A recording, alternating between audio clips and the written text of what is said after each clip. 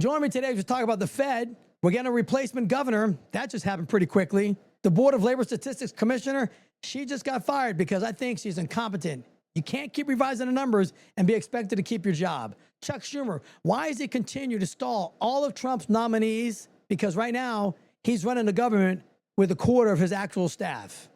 And student loans, they got a cap on it, and something you should know about. I don't think students should be in debt $500,000 by the time they graduate. Stick around. You just might learn something.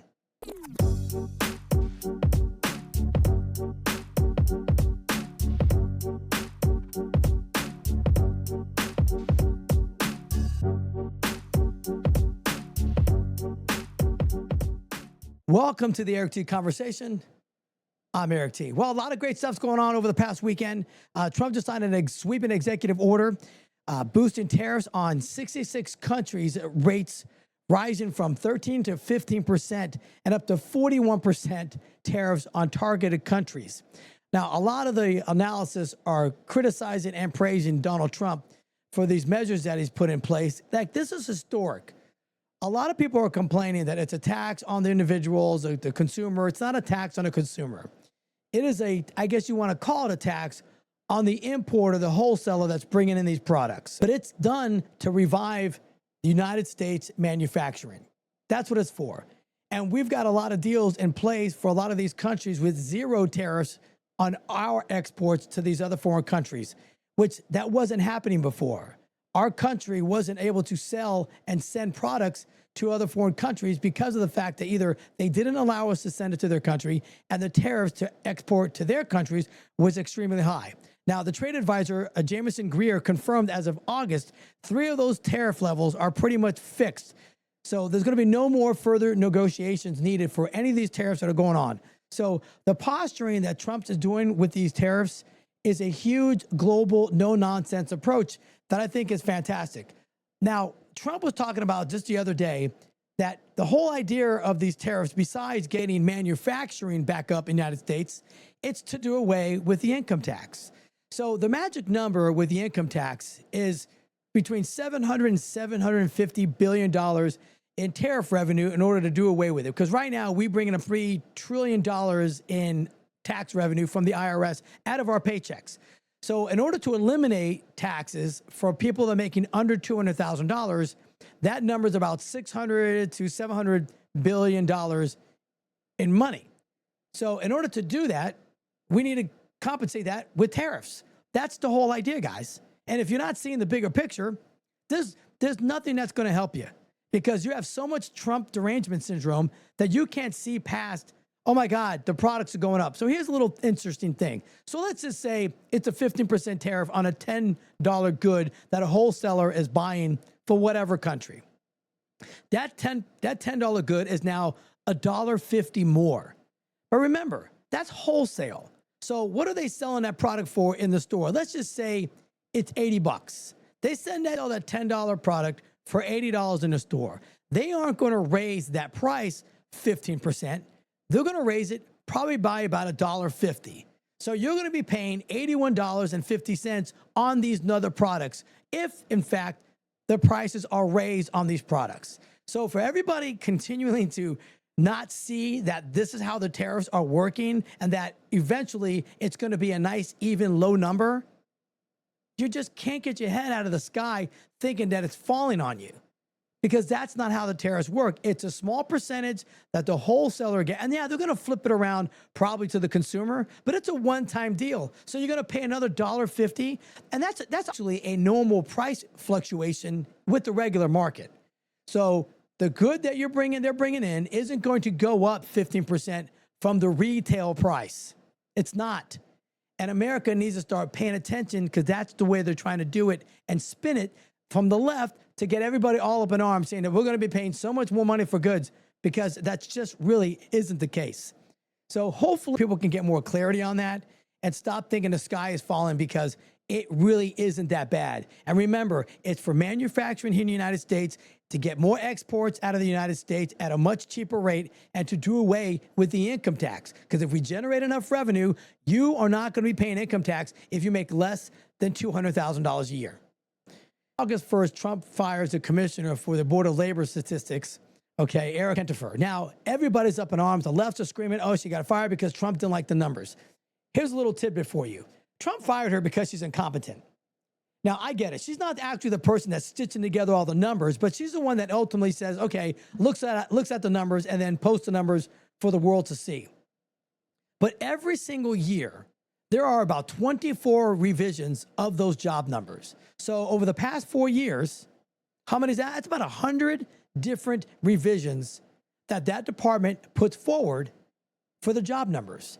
If you can't get the numbers correctly, and I understand this, now I get it, companies and job companies, employment places, they post and revise their numbers and they get them the data sometimes late. Well, if you're the head of this department, you're the commissioner, it should be your job to think outside the box. But see, people don't. They just got their job security, they got their pension, and they don't think of innovative ways to get these numbers because private companies can actually do it, but they're not. She's not developing a system and creating a system that brings in the numbers accurately and efficiently on a month-to-month basis. And every single year, they are revising those numbers to the tune of about 24 times every single year. That's 100 times over the past 4 years she's had to revise these numbers. If you worked for a regular company that mined data and did statistics, and you constantly went to your CEO and you presented revised numbers every other month, you would lose your job. You'd be fired. So she got fired because she's incompetent. She got fired because she wasn't able to see that, hey, man, listen, we need to start evaluating the way we do these numbers because the way we're getting them and having to revise them all the time, that's not very efficient in 2025. Called ADP, Automatic Data Processing. Okay, ADP is known for national employment reporting. They focus on payroll data from over 25 million private sector workers. And comparison to the BLS, which is the Board of Labor Statistics, often release the information prior to the BLS reports. Sometimes they show different trends, but it's due to the methodology of their reporting. Their efficiency, their real-time payroll data gives quicker insights, though it's not always as broad scope as the BLS.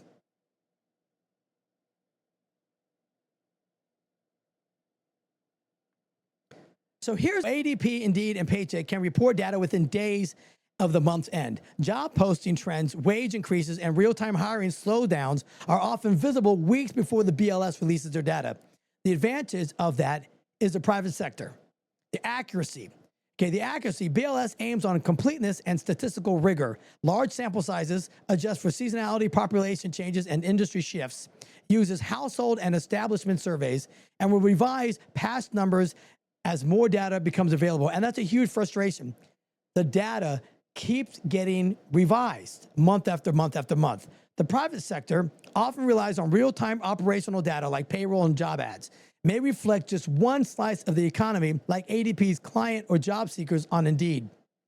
It doesn't always adjust for seasonal or demographic shifts the way BLS does. So here's an example. In 2023, ADP reported 497,000 jobs gained in 1 month. BLS later reported only 209,000 jobs for the exact same month. Both were technically accurate within their methods, but widely different types of signals. I believe, my opinion, that the BLS is more rigorous attempts at reflecting the whole economy, but the private sector can be more accurate with what it measures, but it doesn't always reflect the entire national picture. Now, here are some advantages of the private sector and why people are getting fired for not doing their job. The whole reason why we have DOGE, Department of Government Efficiency, if you're not efficient, you should be gone. There's no bureaucracy, and they can use automated tools like AI and instant platform data. Exactly, AI. 2025, United States government agencies should be using AI and all the highest technology they can find to get rigorous and accurate data for their statistics, especially when you're reporting jobs. And they don't require public funding like having lawyers to review all their information. The government is deliberate by design. Okay, they prioritize methodology, soundness, and transparency over speed. Okay, transparency over speed. And the trade-off is longer turnaround and post-release revisions. Again, often seen as inefficiency. Revising the numbers. The private sector, in my opinion, has a much better advantage than the BLS, the government department, because they're quicker, they get more accurate information, and they are using up-to-date technologies to process these numbers. So why can't the government do that? Well, I think they're going to get somebody in there now. Trump just announced today that within 2 or 3 days, he's going to have a new commissioner for the Board of Labor Statistics. And hopefully that person gets in there and says, you know what? We got to change the whole way we're getting our data. You know, Elon Musk and Doge went into these antiquated systems like Social Security and all that. The computers weren't talking. The information was slow. The software was outdated. And that's our government. They run not efficiently. And that's what the problem is. And when you're head of a department, it is your job to see those problems and correct them. And that's why she lost her job. Now, the central bank is a huge issue as well. So we had one of the governors that just resigned. So we had 2 governors that dissented over the decision to raise the rates or lower the rates. And 2 of the governors decided they voted against raising the rates. They wanted to lower the rates by a quarter. We have a Federal Reserve Governor, Adrian Kugler, unexpectedly announced her resignation effective August 8th, creating a key opening for Donald Trump. So Donald Trump is going to have a new governor in place to start helping with making decisions at the Fed. Trump has an opportunity to put a board member on the Fed that is pro-growth of America. And he may even be considering finally replacing the Fed chair, Jerome Powell, which if you watch anything in the news or watch any reports, he doesn't care for the guy. He's bashing him every day. He's thinking he's a political hack because he's not readjusting the inflation rates so people can start purchasing houses again. Because right now, the rates are so high, people just aren't purchasing houses. And it's making it very difficult to get the economy moving in that direction because the rates are so high. On August 2nd, Trump criticized Chuck Schumer after a breakdown in negotiations over confirming 103 executive nominees. He's the first president ever to have the majority of his cabinet not really filled. They're stagnating all of his nominees. Now, a lot of these people do jobs that you don't even know what they do. Most people don't know what they do. They're jobs that really aren't high profile, but they're not allowing him to get the rest of his cabinet in place so he can run the country the way he wants to run it. So Chuck Schumer is interfering with that. Chuck Schumer is constantly talking about the Epstein files. I wonder why all of a sudden Chuck Schumer is now touting about the Epstein files day after day. He's tweeting about it. Why? He didn't say shit the last 4 years, but all of a sudden Chuck Schumer is all about the Epstein files, and now he's stagnating Trump's nominees to get pushed through so they can start doing their jobs and start running the country with his entire staff. He's the one president that hasn't been able to do that. George Bush Sr. was able to do that. Barack Obama, Bill Clinton, they all got their personnel in there by this time during their presidency. They're not allowing them to do that. The gridlock with the Senate managed to pass 3 spending bills, before recess, but the momentum is stopped. And Thune is not doing his job either. He's the Senate Majority Leader, and he's not stepping up and making sure they get these appointments filled before they go on recess. So we'll see what happens over the next couple of weeks with that. But I believe they need to get that done before they go home to their constituents, because they're not even going to their constituents. They're not going to have town hall meetings. They're going home to go home on freaking vacation. So with the whole tariff thing that we've been talking about, Trump imposed a 25% tariff on the country of India because India continues to purchase oil from Russia. And he's warning them he's going to put 100% tariffs on them if they continue to buy oil from Russia. He's trying to squeeze Russia, because Vladimir Putin is not stopping the war with Ukraine. They talked about it. They kind of had an agreement, and then Putin decides to start dropping more bombs, and he's killing more innocent people. So I think Trump's trying to squeeze them economically, and that's one way you do it. You get other countries to quit buying oil from you, and then you've got no money coming in, and you can't purchase weapons, you can't pay your soldiers, you can't buy equipment, you can't buy uniforms, you can't do any of that. So economically, he's trying to squeeze them out. How he's going to convey that to these other countries, I think he's going to be sticking them with higher tariffs to the point where we're not bringing in any goods from those countries at all. CNN is touting Trump as the most influential president over the past 100 years. They touted his executive orders. I think he signed something like 180 executive orders by this time. Biden had signed something like 70 or 80 at this point in time of his presidency. And his sweeping tariff policies and his transformational immigration policy that is virtually stopping all of the immigration into this country. Isn't it weird and interesting how last 2 years, the Biden administration said they needed Congress to act in order to stop the inflow of illegals coming into this country. But Trump gets in there, and day one, he puts an executive order in, and it's almost a negative net of people coming into the country. So we got more people leaving the country than we have coming in now because of Trump's executive orders. So isn't that interesting? He could have done it. Biden could have done it, but he was sleeping the whole time. That's why he didn't do it. But Donald Trump has an extensive immigration policy, and nobody is coming into this country because of the fact we've tightened the belt, we've raised our expectations on people to get in this country, and we've made it so that people that are here illegally are going to get swept up and they are going to go back to their country. I believe the tariffs are an absolute negotiating tool, and it shows the strength of the United States and the growth potential of our economy. It's something that's never been done before. And I believe that if we continue to go that route, income tax is going to be zero for anybody making $200,000 or less. And you're going to have more money, take home pay for your family and to live on in about a year or two from now than you've ever had before, because of the fact we have these tariffs in place of goods that are coming into this country. And the people that are manufacturing here in the United States, they're going to be able to export to other countries because the other countries have a zero import tax on them. So that's great for the United States of America. The federal leadership is definitely going to change. We got the Fed changing, BLS changing, and I think that's in the right direction. Sometimes you've got to shake things up. And new CEOs that come into companies, or new managers or directors that come into companies, sometimes they have to get rid of the individuals that are there to get people in there that they know that can actually do the job and do it the right way. And there's nothing wrong with that. And it's unfortunate that so many people hate Trump so much they can't see the potential of going into a positive direction and getting people in your staff that you need there that will do the job that you asked them to do. I think the way Trump is holding down the legislative policies and the Senate having to stay there and make these decisions to get his cabinet in is a win, because if he can't run his country with his entire staff, then what are we doing here, people? Trump needs to be allowed to have the individuals he needs to run the country and the staff that he needs to impose his agenda. And the only way you do that is if the Senate stays here and starts processing these people. And they can do a whole sweeping bill. They can put 150 people's names on a list. They've done it before, and they just pass one blanket policy and get all those people pushed through at one time. And then higher echelon positions, you can do it on an individual basis, but they can get a lot of these people confirmed now. But hopefully they'll be able to do it.